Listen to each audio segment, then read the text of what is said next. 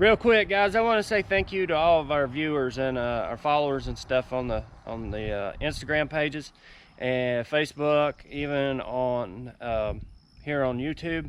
Real quick, I wanted to say, if you guys are looking for a way to support the channel, we've got these shirts up right now. The Ain't No Rules When the Turbo Spools. This is a new design, or I've had out for a little while now. If you guys want to help support the channel, click on the link below and get yourself some Full Yeet merch today.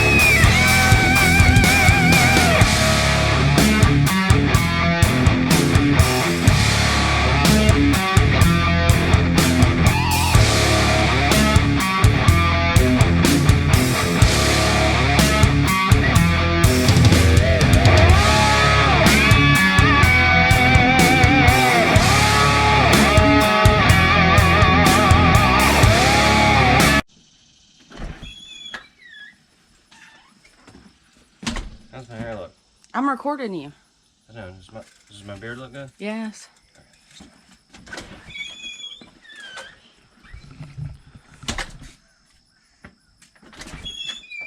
Hey guys!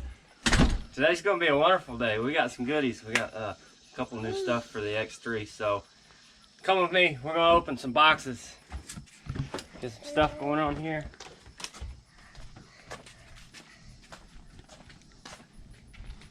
Kind of already jumped the gun on this one right here. I had to open it. It's like Christmas in July. That's a good joke, because it's July. In this box, we got some shock therapy springs for the X3. As most people know, the X3 on the back comes with a 3-spring system. One being the tender springs, which sags a lot.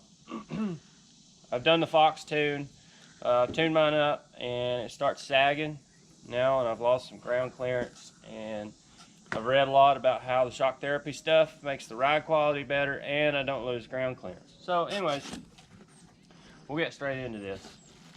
So right here we got my springs.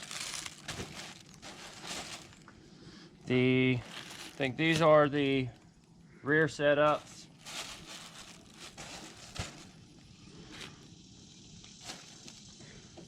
You got one upper, one lower, and then we've got the bottom sets.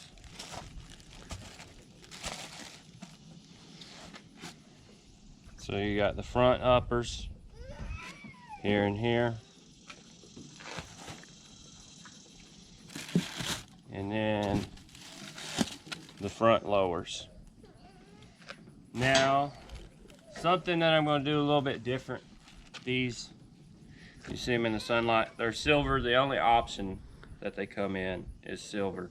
So I'm going to record what they're supposed to be and the numbers on them, and we're going to change colors of these. They're going to be pretty cool.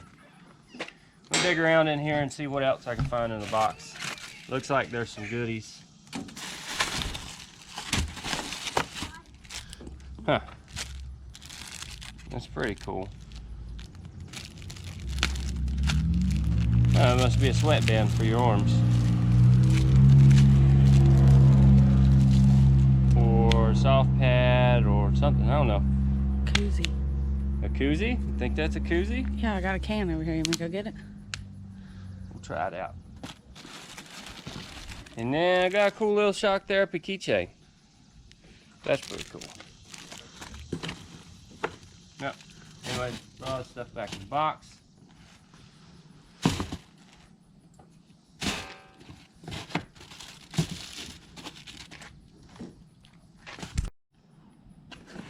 All right. Next. Pretty excited about this one.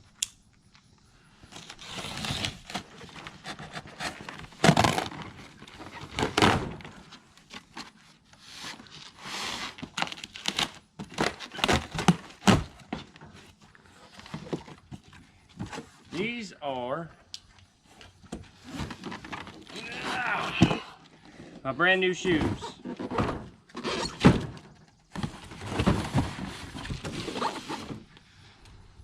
I decided it was time to upgrade the tires. Well, in order to upgrade the tires, I wanted to get a bigger wheel. So with these, I decided to order a 15x7 MSA 21. This will be supposed to be a 4+3 setup. And these are bead locks. These actually just came off back order. Get a shot of these in the sunlight.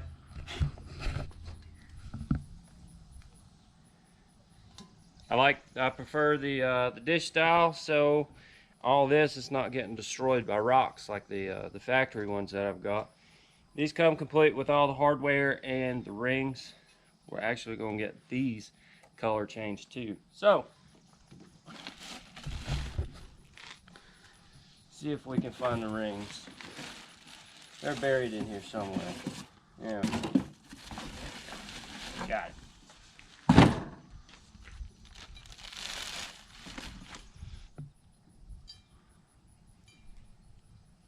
You want to show how thick it is?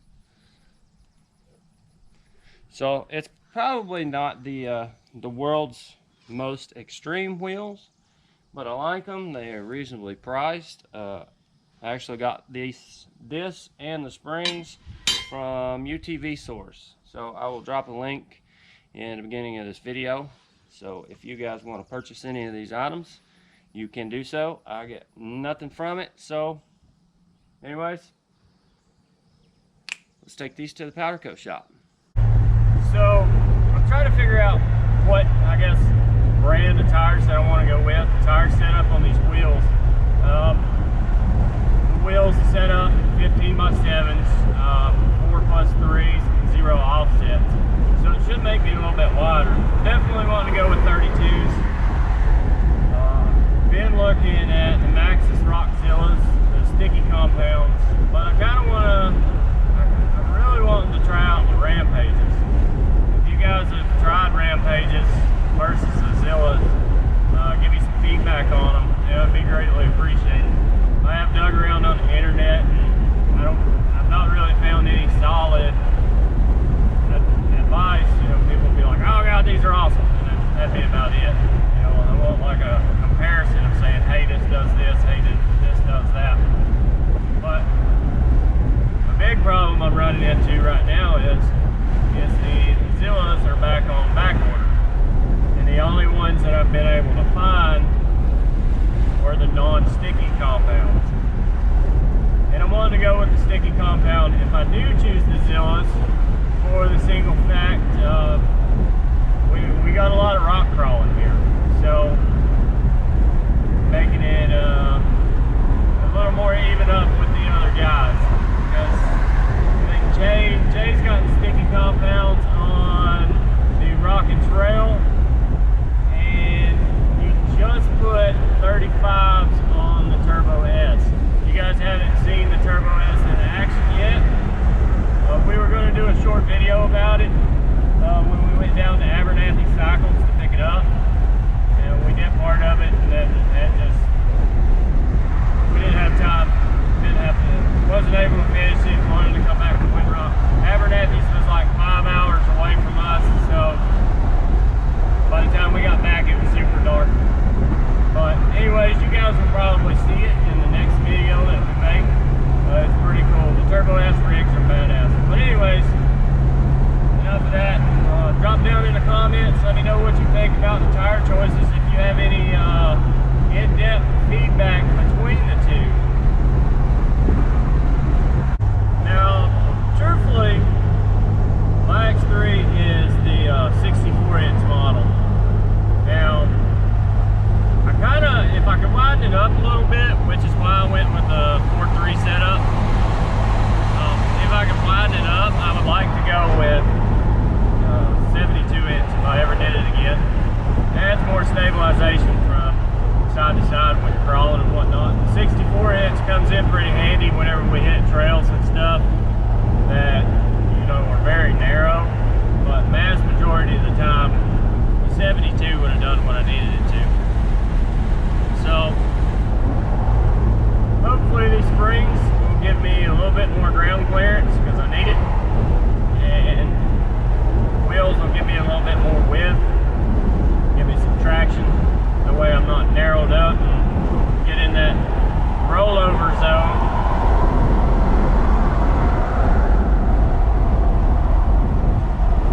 Shit, I just passed the top.